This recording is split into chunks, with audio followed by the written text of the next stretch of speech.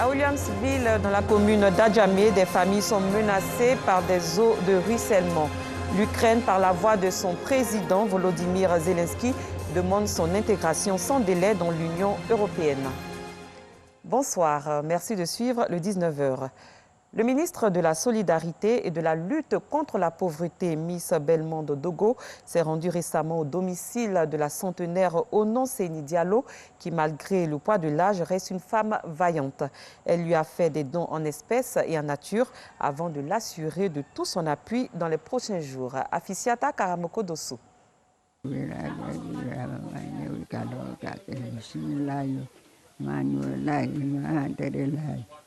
Des prières à peine audibles, mais sincères et probablement parvenues au Tout-Puissant. Ces images sont extraites du reportage diffusé le 17 février dernier sur les antennes de RTI2. Il dressait le portrait d'Onon Seni Diallo, une centenaire au courage remarquable. À la suite de la diffusion, les réactions affluent. Sur la toile, plus d'1 500 000 vues en quelques jours. En commentaire, une pluie de bénédictions à l'endroit d'Onon Seni Diallo. Et parmi ses admirateurs, une personnalité. La ministre de la Solidarité et de la lutte contre la pauvreté, Miss Belmondo Dogo, effectue le déplacement au quartier Seinigay pour rencontrer cette femme vaillante. Le reportage que nous avons visualisé, nous avons vu plusieurs femmes le dire, c'est notre maman, elle s'occupait de nos enfants, elle s'occupait de nous. C'est ça la Côte d'Ivoire solidaire. Nous sommes venus lui dire merci pour ce qu'elle a fait pour les enfants de Treichville. Nous sommes venus ici, ce au nom du président, lui dire qu'au-delà des enfants de Treichville, elle a des enfants au gouvernement, elle a tous les ministres comme enfants, elle a le président de la République comme enfant. Que d'émotions. Après les civilités, des échanges avec la famille. La centenaire souffre de problèmes d'audition. Elle bénéficiera de soins grâce à la ministre venue les bras chargés de cadeaux. Ça c'est pour moi. Elle va me faire une grande robe après. Je pourrai porter. Et ça, c'est encore pour maman. Dans les plus brefs délais, nous allons vous faire parvenir son appareil pour qu'elle puisse vous entendre comme ça. À la prochaine visite, je pourrai aisément échanger avec elle. Onon Seni Diallo, toute heureuse, a remercié la ministre de la Solidarité et de la lutte contre la pauvreté, Miss Belmondo Dogo, par des bénédictions.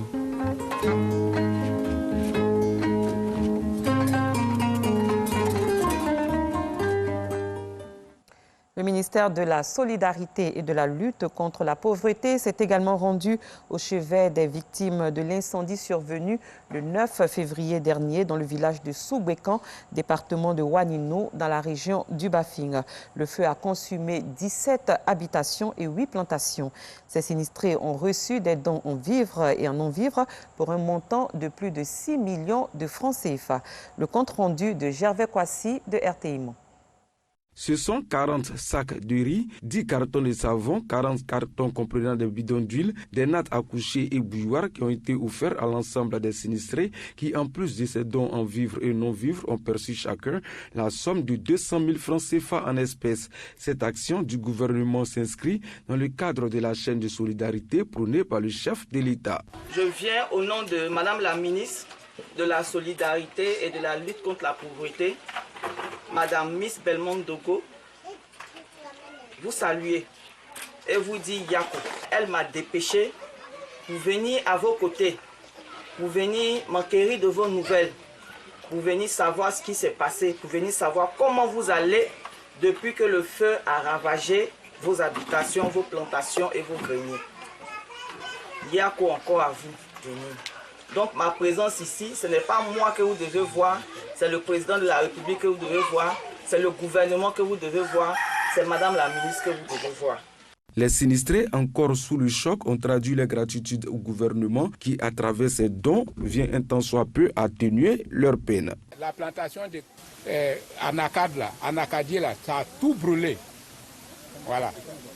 2 hectares. Depuis que la maison est brûlée, tous sont chez mon grand frère. Ça nous gêne.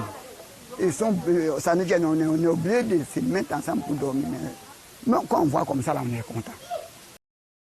On a les nattes, on a les boulots, on est content. L'origine du feu officiellement n'a pas encore été déterminée, mais les populations du Soubékan parlent d'une imprudence des éleveurs nomades. La cour de la mairie de Treichville a abrité samedi dernier une séance de stage organisée par la communauté sénégalaise de Côte d'Ivoire. Cette séance vise à aider le Centre national de transfusion sanguine à combler le déficit de poche de sang. Mohamed Nourouatara, Joël Gossi. Ils sont venus de toutes les communes d'Abidjan pour participer à la séance de don de sang initiée par l'Association des Sénégalais de Côte d'Ivoire qui a pu compter sur l'appui du Consulat général du Sénégal en Côte d'Ivoire.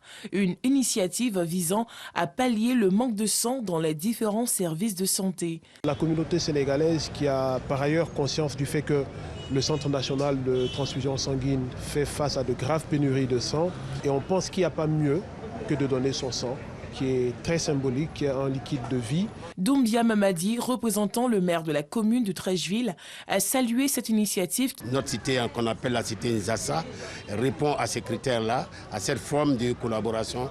Le maire Amicha François Albert et son conseiller municipal ne peuvent qu'encourager cette initiative qui procède à un don de sang, qui participe à la vie de nos populations dans le sens de la sauvegarde des vies humaines. Pour les donneurs, il est nécessaire de faire ce geste qui permettra de sauver des vies. Nous avons jugé nécessaire de donner notre sang afin de permettre au CNTS de toujours remplir sa mission, parce que le sang, c'est la vie. Donner son sang, c'est sauver des vies. La communauté sénégalaise en Côte d'Ivoire ne compte pas s'arrêter en si bon chemin. Elle envisage dans les prochains mois d'étendre ses activités de don de sang sur le reste du territoire national. Rendons-nous à présent dans la commune d'Adjamé, précisément dans le quartier Williamsville, où des familles sont menacées par des maladies liées aux eaux usées qui ruissellent en longueur de journée, non loin des conduits d'eau potable. Notre reporter Bintou Pekele est allé sur le terrain pour s'imprégner du calvaire de ces familles. Suivons son point. Un tuyau de canalisation d'eau potable plongé dans les eaux usées et ordures. Un risque de pollution pour les habitants de ce quartier. Bosco, hygiéniste de formation, s'est donné la mission de contrôler les tuyaux tous les matins. Pour voir est-ce que le tuyau en question, il n'est pas abîmé, pour ne pas qu'on puisse être l'eau soit polluée. Hier même, il y a eu un tuyau qui est percé. S'il y avait des coupures d'eau, toute l'eau qui coulait là rentrait dans le tuyau en question. Et quand l'eau va venir, l'eau sale serait le premier à être dans le robinet. Et l'exposer à maladie, le choléra et autres. On est obligé de passer les tuyaux, là, les PVC là, dans ce truc-là pour nos raccordements. Quand il pleut là, les personnes ouvrent les vannes et puis l'eau déborde. Quelquefois, ça monte à tel point que ça va dans les coups. En dehors des maisons, l'eau usée termine sa course de l'autre côté du quartier. Mélangée aux ordures ménagères, elle stagne dans ce caniveau avec d'autres canalisations d'eau potable. Les ordures, là, il n'y a pas place pour les ramasser. Donc quand il pleut, on en profite pour accompagner l'eau avec. Ce que l'eau ne peut pas prendre, lui reste. L'eau, ça là. Quoi, tout sort ici. Ça, c'est l'eau qui passe? Ah, mais c'est ça, on boit tout. Un quartier sans voirie, ni fosse septique, point de collecte d'ordures, une réalité qui n'inquiète pas les tout-petits, premières victimes des maladies liées à l'insalubrité. L'Organisation internationale pour la solidarité sociale et spirituelle invite les populations à la paix et à la cohésion. Elle a initié une tournée de sensibilisation à la culture de ces deux valeurs. Suivons l'étape d'Assini avec notre reporter Joël Gossi.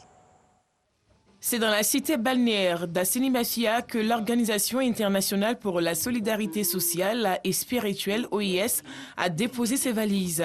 Avec un message, appeler les populations de tous les bords politiques à la paix et à la cohésion sociale, gage d'un développement durable. À travers des scènes et des images, le président de l'ONG OIS a invité les populations à faire preuve de vigilance face aux différents discours politiques. Il faut privilégier la personne humaine à la valeur matérielle. C'est comme ça qu'on serait capable de fonder une société libre, démocratique, mais une société responsable. Les habitants de la commune d'Assini-Mafia ont également été entretenus par des religieux sur le thème « foi et politique pour bâtir une nation forte et souveraine ». Des messages bien perçus par les populations. À travers cette organisation ce matin, j'ai compris par le premier exercice que tous ensemble, en tout cas, on peut aller en avant. Le thème aujourd'hui permet aux jeunes chrétiens, musulmans de connaître sa position dans la vie politique. Toute la jeunesse doit comprendre que la politique, elle se fait et que la politique, elle se fait en solidarité, sans tuerie. Créée en 1999 à Benoît, où se trouve son siège social, l'Organisation internationale pour la solidarité sociale et spirituelle, OIS, regroupe des chrétiens, des musulmans, des bouddhistes et des non-croyants. En sport football, l'élection à la tête de la Fédération ivoirienne de football FIF est fixée au 23 mars 2022. C'est ce qu'il ressort de l'Assemblée générale extraordinaire consacrée à l'examen et à l'adoption des statuts et du code électoral de l'instance. On en parle avec Patrick Dadier, notre confrère du service autonome des sports. 24 heures après avoir donné le quitus à l'ancien bureau exécutif de la FIF sous la présidence de feu Augustin Sidi Diallo pour l'exercice financier de 2020. Un autre grand pas, sûrement l'un des plus importants, vient d'être franchi ce samedi 26 février 2022. Celui de l'adoption à l'unanimité du statut et règlement intérieur, puis du code électoral, devant conduire à l'élection du nouveau président de la Maison de Verre le 23 mars 2022. Le problème de parrainage à l'article 47-3 alinéa C, qui avait fait l'objet de blocage du processus électoral il y a 2 ans, a subi un profond amendement. Désormais, plus de double parrainage. En revanche, le candidat doit réunir 8 parrainages, 3 en Ligue 1, 2 en Ligue 2 et D3 et un groupement d'intérêt. Ces nouvelles dispositions viennent s'ajouter au retrait de la caution à payer pour le candidat déclaré. On pensait qu'on allait venir se déchirer, mais l'esprit de la conciliation a triomphé. Aujourd'hui, il y a un jour nouveau qui s'élève pour le football ivoirien. Nous avons travaillé pendant 48 heures d'arrache-pied pour obtenir les résultats que nous avons obtenus aujourd'hui. Je pense que tout le monde est satisfait. Ça a été long, ça a été harassant, mais la fumée blanche est sortie. Après avoir permis au ballon de rouler à nouveau en Côte d'Ivoire et maintenant réussi à faire adopter les tests et le code électoral, le comité de normalisation peut se réjouir du chemin parcouru avant d'entamer le dernier virage. Grandement soulagé parce que quand vous avez une mission, on avait déjà réalisé une partie de notre mission. Là, on vient de réaliser l'avant-dernière étape de notre mission et je peux vous dire que nous sommes soulagés. Nous sommes soulagés, nous sommes heureux et nous sommes fiers parce que nous avançons. Didier Drogba, Yacine Idriss Diallo, Sori Diabaté et Jean-Baptiste Yaté Elélé, les potentiels candidats à la présidence de la FIF, sont donc appelés au dépôt des candidatures dès le 5 mars 2022, suivi de l'ouverture de la campagne le 15 du même mois et les élections 8 jours plus tard. À l'étranger, une trentaine de personnes ont été tuées et une cinquantaine blessées dans la collision de 2 bus dans la nuit de dimanche à lundi dans le centre du Tchad. Loin du Tchad, le président ukrainien Volodymyr Zelensky a exhorté ce lundi l'Union européenne à intégrer sans délai son pays qui combat depuis 5 jours une invasion russe. L'armée russe continue donc son offensive en Ukraine. Les pourparlers entre les délégations ukrainiennes et russes se sont terminés sur la promesse d'un 2e round dans la ville industrielle de Kharkiv. Au moins 11 personnes ont été tuées dans des bombardements russes. Fin de cette édition. Merci de l'avoir suivi. Très bonne soirée. À demain pour un autre journal.